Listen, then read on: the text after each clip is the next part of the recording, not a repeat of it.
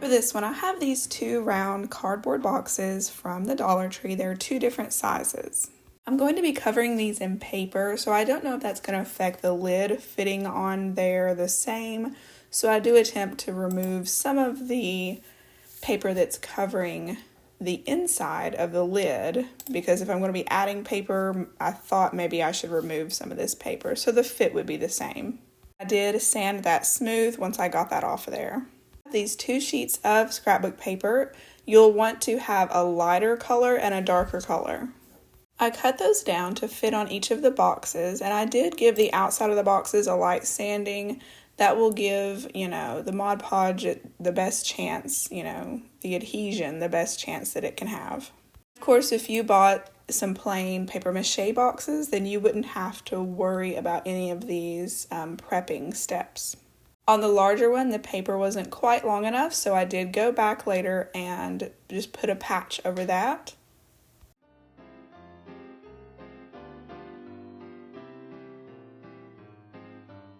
I just searched jack-o'-lantern faces and witch silhouettes, found a couple that I like, and I printed those out on plain copy paper. And I'm going to glue these to the scrapbook paper. I'll be gluing that to the back, and then that way, whenever I flip it over after I've cut it out, there's my scrapbook paper.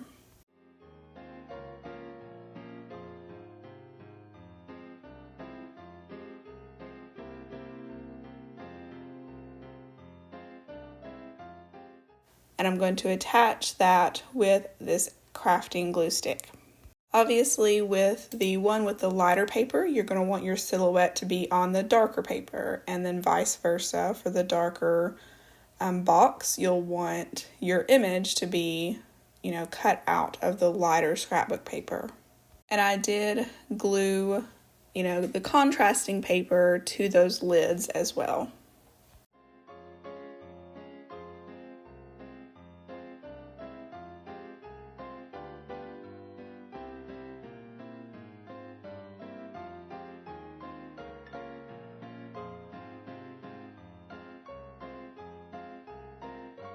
You can skip this step, but I did use some antique wax by Waverly to age up all the edges and distress and just make it look older.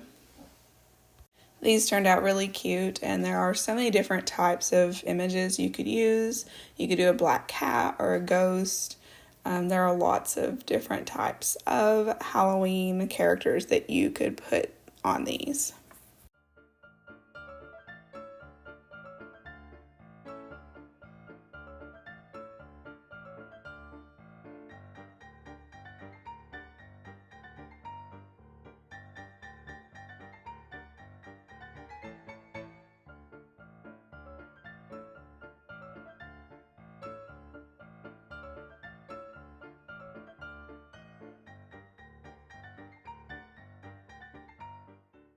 This is just a quick reminder that if you like this video, give it a thumbs up and subscribe if you haven't already. That way you don't miss any future videos.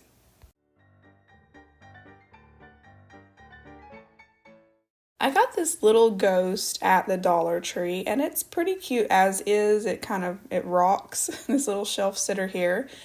But the paint job on it was a little bit questionable, and so I thought I would give it a makeover to make it match my decor a little bit better. First off, I took some air dry clay, and I'm going to give a little bit of a 3D look to the hat. I just rolled out a thick snake, and then I took the Beacon 3-in-1 glue that is in my Amazon shop, and I'm just going to, take some water and smooth out this clay and bring it to a point as much as I can in the front.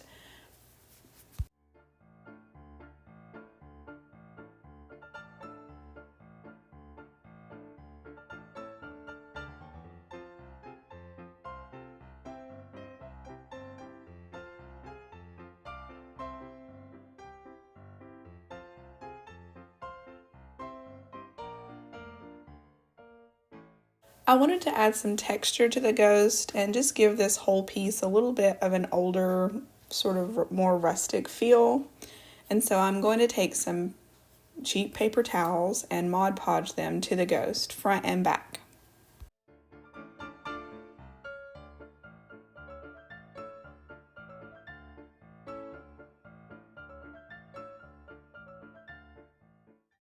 gave the hat a couple of coats of ink chalk paint by Waverly.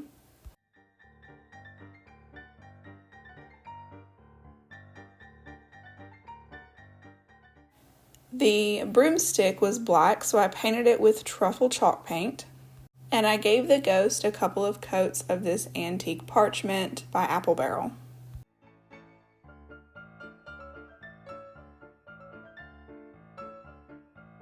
I also painted the base with truffle as well. I actually liked the face that the ghost had before, and so I just gave her a similar face to the one before with an acrylic marker.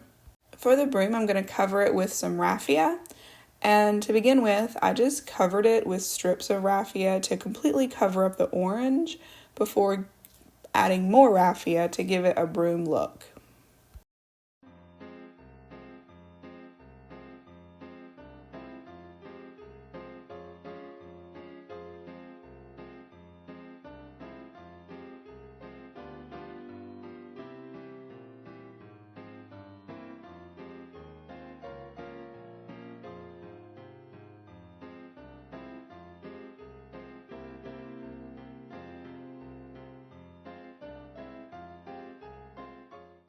I wasn't going to do the back at first, but I decided it would look much better if I went ahead and did the same thing to the back of the broom as well. And then I wrapped at the base of that raffia, I wrapped it in twine and used hot glue. I figured I should dress up her witch hat just a little bit, so I added some ribbon. Then I made a small, just sort of rustic bow out of a couple of scraps of that trim, and a piece of twine as well. I think I started out calling this ghost a he for some reason, and then I switched over to she, sort of when I realized, this is a little ghost dressed up as a witch. I felt like the right side was a little bit empty looking, the broom, she was holding the broom on the other side, and so I felt like I should add something to the other side to sort of balance it out. So I cut one of these small foam pumpkins in half and glued that. And there was a lot of blank space behind her on her base.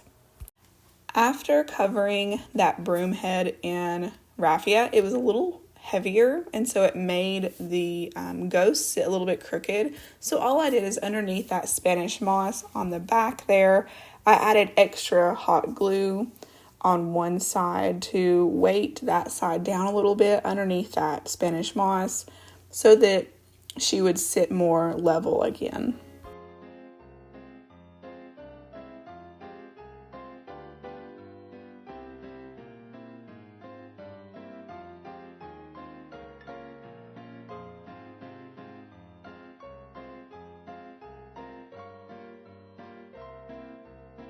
If you ever want to find some of the craft supplies and tools that I use on a regular basis, go to amazon.com/shop/craft classy and you will find all those there. And the items in those lists are items that I use. And so I don't ever add items in there that I haven't tried out myself and that I don't like. The link to that is also in the description box. This will be printable in the description box if you're interested. I just took a coloring page of a skeleton head and then just modified it for what I needed in Photoshop. I printed that out on plain copy paper and cut that out, and you can use whatever fabric you want, but I have an old canvas drop cloth. And of course, for each skeleton head that you're making, you'll need 2 identical pieces. I went ahead and used some straight pins to attach those together so that while I'm gluing it, it'll stay still and not move around on me. I am going to use hot glue for one, and then I'm going to make a second one, and I'm going to hand sew that one. They both turned out basically the same with each method. I did find that the shape of the hand sewn one was a little bit nicer. You can see your stitches so you can see how smooth of a line, smooth of a circle you're creating. And with the hot glue, sometimes you might make sort of sharp edges occasionally. because it's harder to tell, am I creating a straight line and what shape is this going to be? But overall, both looked just fine. I needed some black fabric, and I didn't have any plain black fabric. I only had some with pattern on it, but I'm going to work around that, and I'm just going to use this little paper cup here and draw out a couple of eye sockets. For the skeleton's nose, I just took a heart punch, paper punch that I have, cut out a little heart, and then traced around that on the fabric and cut that out. At this point, whatever I'm doing to one, I'm doing to the other one.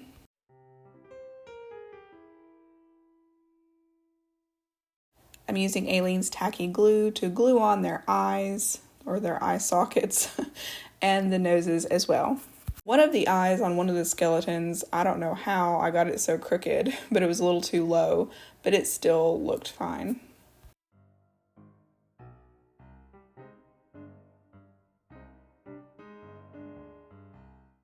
I stuffed both of them, and then I closed both of them up with some hot glue. Now I've got some embroidery floss here, and I'm going to create two different kinds of mouths. It might have made sense to make their mouths before I stuffed them and closed them up, but I mean, there's more than one way to skin a cat. I ended up, because I'm doing this after they're done and closed up and stuffed, there will be, I will have the tie-off place for my embroidery floss on the back side, but it doesn't matter. That doesn't bother me at all. If that does bother you, you could, of course, make the mouths and then stuff and close up, these skeleton heads. For the first one, I gave a stitched look, and these definitely have a little bit of a voodoo doll vibe to them, and I like that.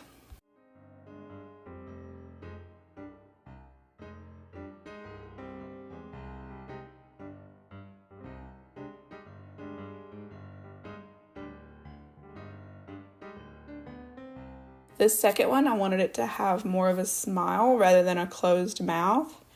And so it was a little bit trickier than the first one because of how I did it. But I just felt around inside, bringing out the needle. You can see a few times there I was like, nope, that's not the right spot. And so I'd have to back it out again. But it was pretty forgiving. I just basically made a rectangle.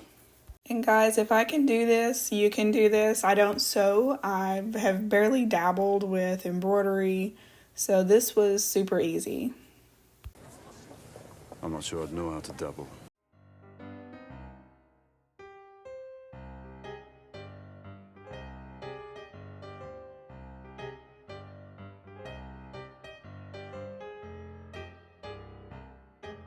Embroidery floss is made up of multiple threads. And so where I sent the needle through the threads, some of the threads were in some places sort of trying to come apart and not look as much of a solid line. So I just took some Aleene's tacky glue and just put a little bit underneath those threads and closed them up so his smile wouldn't move around as much. I have these large buttons, and I'm going to put them right in his eye sockets. And I layered a couple of them. One of them I left wood color, but I ended up not liking that. It felt like it was too distracting. I just didn't like the way it looked, so I went ahead and painted that black as well. You could make these as big or as small, as many as you want. It would make a really cute bowl filler at Halloween time.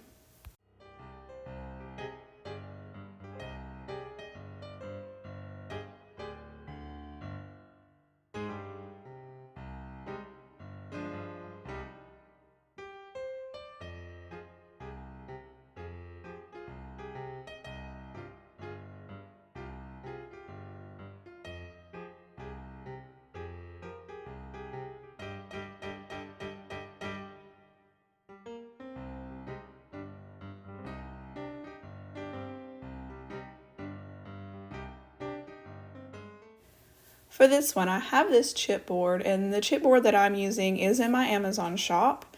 I've been working on this 100 pack. I saw that I bought these in 2016, and so, you buy a large pack of this chipboard and you can craft with it for a very long time. It lasts a while.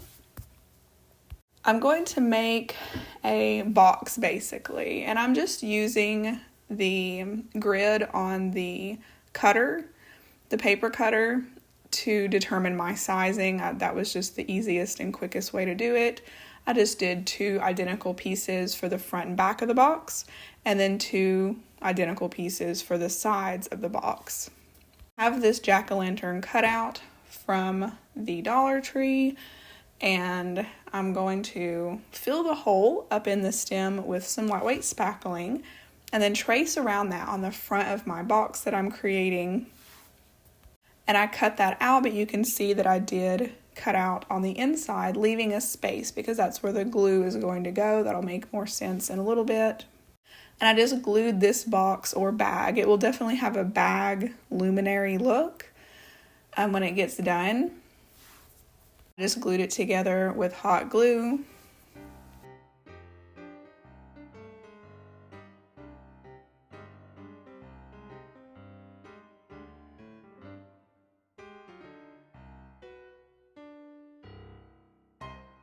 Whenever I was cutting apart the pieces for the front and back and sides, I did cut out a bottom and I just couldn't find it. So what I did last minute is I just glued the bag to the chipboard and then cut that away to create a bottom. When I was assembling this box, I would glue it together, and then I always had to go back and add more glue on the inside of the box or open up part of the box on the outside and add more glue. And you just don't want, you don't want there to be any holes. You just want it to be nice and sealed up when you get done. I painted the pumpkin with Pumpkin by Waverly, and I painted the sides with ink by Waverly. I got this little paper bag from an antique store. This is what they were putting there. When you bought something small, this is what they put it in and gave to you. So of course, I didn't throw it away. And I did find these on Amazon there. But I just cut the bag in half. And I'm going to use glue tape to attach it. Now you could use scrapbook paper. You could paint. If you're good at painting or drawing, you could do whatever your imagination comes up with this luminary here. This chipboard is thicker than cardstock. It's pretty sturdy. It's like a thin cardboard. And so it holds up well to paint. You can see there on the sides where I painted it black, there was no warping. A lot of times when you paint cardstock, it will warp because there's water in the paint and the cardstock is just thick paper. And so of course, when you get paper wet, it wrinkles. So the chipboard holds up well to especially a more dry paint like a chalk paint. And so you could just paint this as opposed to putting paper on it. I was showing you there that one of the advertisements, I don't know if these are real, they look real, like real old advertisements, but one of them said that he's looking for a steady woman who's a thorough good cook. And so I thought that was funny. If he finds one, if he found one, I hope he hung on to her. It's not so easy to find a good steady woman who's a good cook. I did distress the edges of the pumpkin, and I went over the whole thing a little bit to darken up that pumpkin color, which was a little bit bright for me. Then I just glued that over that hole there that we left, and this is why, I didn't cut out, when I traced around that pumpkin, I didn't cut out the whole thing. I left a border around it so that it could be glued to it. This is optional. I'm going to be putting some battery-powered lights down the bottom of this, and I wanted to be able to put something in the top there and to decorate it up. And so this was my little solution, but this is totally optional. I'm just putting these little brackets, these tumbling tower blocks in here as brackets for a little shelf to put some more, to lay some chipboard down in there so that I can add something in the top, some decorations in the top of this luminary. I used a hole punch to make holes for the handle, and I just used some berry garland from the Dollar Tree as a handle. This is one of those projects, kind of like a paper craft, where if you just keep adding more and more things to it, it looks really nice. But you know me, I like things pretty simple, but I did put some of this Dollar Tree trim. I painted it black. I thought it sort of resembled little spider webs, so I felt like it went with it. But you could go, ham with this and just decorate it up like crazy, add a bow, add lots of different trim and just different embellishments. But I was just showing you there, if you put a very bright light in it, that looks very nice. But I'm going to add some little flashing candle-like tea lights here because I like that flicker and that yellow light. And in the top, I went ahead and added that little shelf and just put some Spanish moss and some of those little foam pumpkins from Dollar Tree. These would be neat to give out candy at Halloween time to kids, and then you could put candy in it, and then they would also, once they got the candy out of it, they would have a luminary they could put a light in.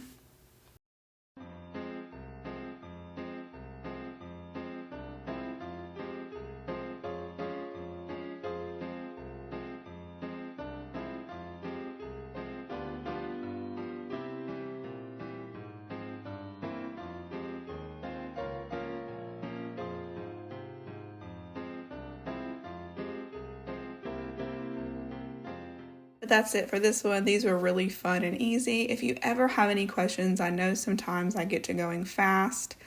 If you ever have any questions, or if I ever leave any information out, please let me know down in the comments and I will get back to you and answer any questions that you might have.